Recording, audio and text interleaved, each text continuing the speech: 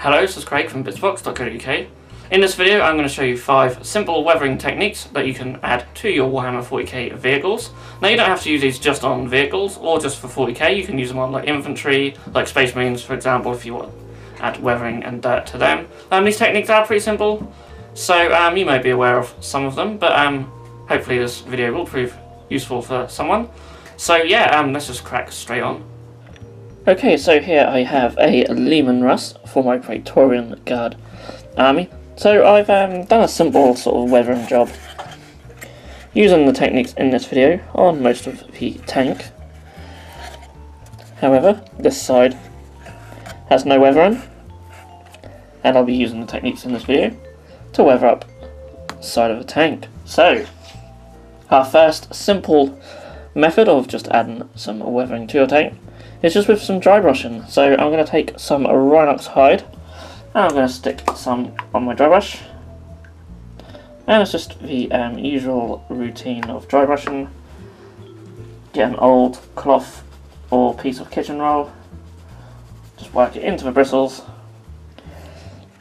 and then we're going to turn the tank upside down. I'm sorry if it's a bit difficult on camera here, but we're going to brush just coming off the tracks here, and this will represent sort of represent dirt getting up onto the side of the tank.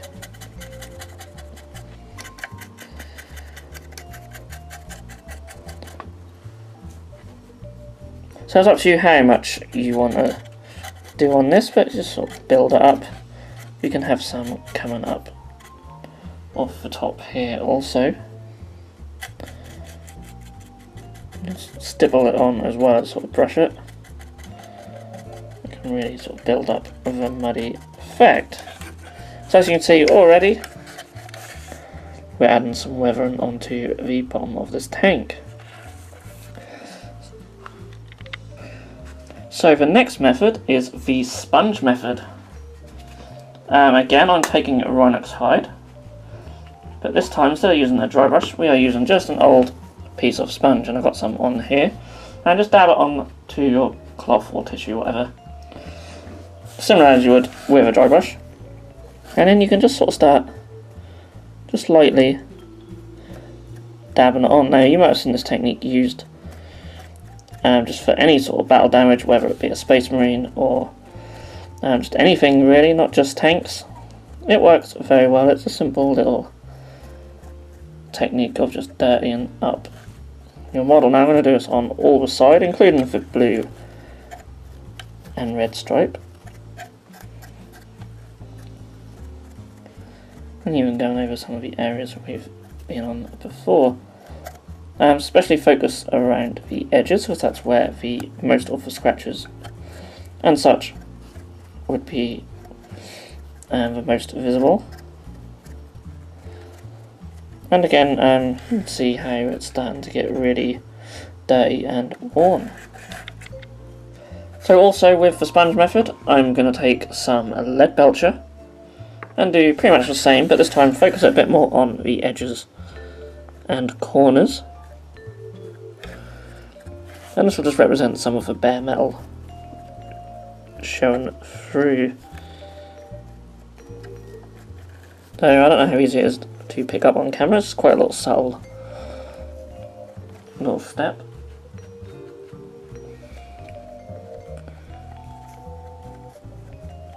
And just very lightly working around some of the edges.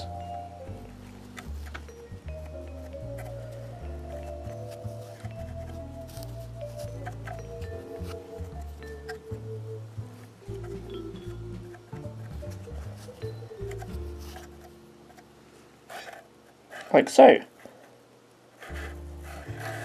You especially see it sort of on the front there. Just do a little bit more on some of the corners. So the third technique you can use is to use some weathering powder. Now a lot of companies do weathering powders. I've got a Forge World one here. Unfortunately I've only got light earth, and it's not the ideal colour for this vehicle, but I'll show it anyway. So there's two ways of applying these. First way, just sort of grab a dry brush and literally just if I get on camera, just go straight in with the pigment, and then try not to drop it everywhere. You can literally just dab it on in places. It will make a bit of a mess. They're not really designed to be used this way, but you can scrape off the excess, and that'll leave a little bit of dust. And it's quite good on the metal for a little rust because of this sort of light brown colour, but you can leave it on like that. Scrape off the excess. And that leaves us very sort of dusty appearance. Now if this was more of a darker brown, it would be quite suitable for this tank, but we'll go over that with the next technique. Unfortunately I haven't got the sort of the right colour. I'll just blow away some of the excess we've got here. The other way of using it is to mix it with some thinner, some medium. You can even really use water, but I'm using the main medium. I'm going to put some on my palette, and I'm going to add some of the weathering powder to it, and that sort of makes this sort of muddy little paint, and you can dab that on. Again, it's not the right colour, so I apologise. You can dab that on in different areas for mud. It's almost like a texture paint, and that does segue us nicely into the fourth technique. And the fourth technique is to use a Citadel texture paint. I have Sterling Battlemire here. It's a very good one. And what I'm going to do with this, I'm going to focus more on the tracks. We haven't really looked much at the tracks. Now you can see on the other side we've got a lot of mud at the top of the tracks. Hopefully it shows up alright on camera. I haven't dry brushed that mud, so it's a bit dark. But essentially you'd expect mud to sort of collect a little bit up the top of the tracks. So really using a spatula just to build up some mud on these tracks here. Not too much, we make a bit of a mess. Then for the rest of the tracks, what I like to do is just sort of run it along like so, not being too neat. You can get a bit of tissue or towel, paper towel, and just sort of spread it a bit like that, so it makes the tracks look muddy, because obviously they won't be clean if they're going through a battlefield. So I'm going to do that on the front, and also you can use this to muddy up the bottom of the tank as well, where a lot of mud would sort of get up on the side of the tank. So sort of in addition to the first step of the dry brushing, if you really want to have more mud on the tank, and I want to sort of cover up that pigment, and you can use a spatula to flick it up like this so it looks like it's been flicked up on the side of the tank.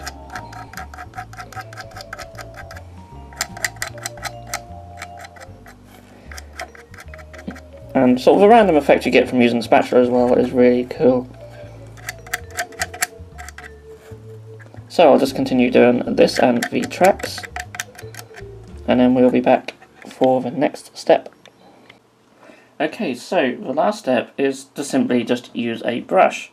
Now I'm going to take some of the Typhus Corrosion, but you could use another similar sort of dark colour, such as the Rhinox Hide again for this, or even that with a bit of black mixed in, or any colour any sort of dark colour would work quite well, I think.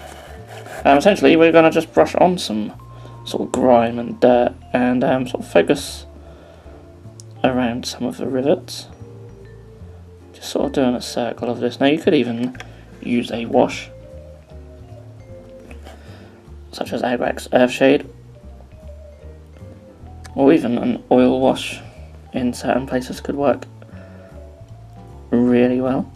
Not going to do every single rivet because I'd be here all day, but quite a few sort of random ones.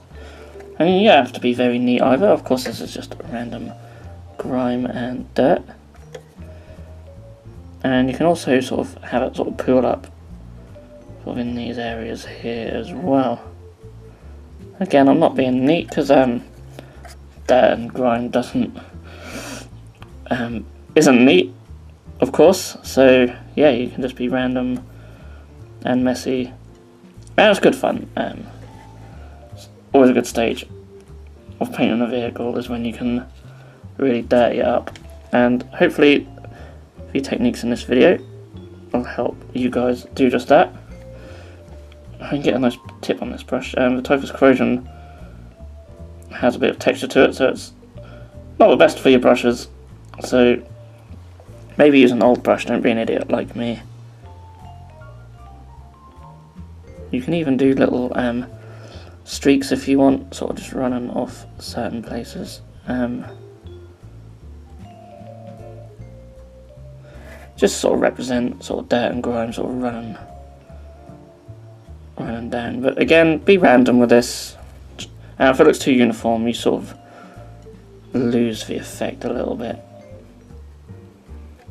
But that is essentially it. So that's 5 different ways of achieving some weathering effects on your vehicles. Now, of course, you don't have to use this on just vehicles. You could use it on anything. Obviously, with mud around the tracks and that, you know, that's probably more just for the tracks. But you know, Space Marines boots maybe get a bit dirty. If you do it a bit more subtle, then certainly that will work really well. I've noticed I've got a little bit. That's making a mess on my little background here, so I'll have to clean that up after this. But yeah, it's a bit messy, but I think the effects look really cool. So yeah, just 5 simple ways of adding some battle damage and weathering to your tanks. So I hope you guys have enjoyed watching this video. If you have, of course, give it a thumbs up. And if there's any other ways that you like to add battle damage and weathering to your vehicles, then please leave a comment below. I'm always open to hear new ideas and stuff like that. Of course, if you have a suggestion for a painting tutorial, then also please leave a comment below. I'm certainly taking on tutorial suggestions right now. Would love to hear any suggestions, certainly. So yeah, please leave a comment below. So I'm going to stop babbling, and I'll see you all in the next video.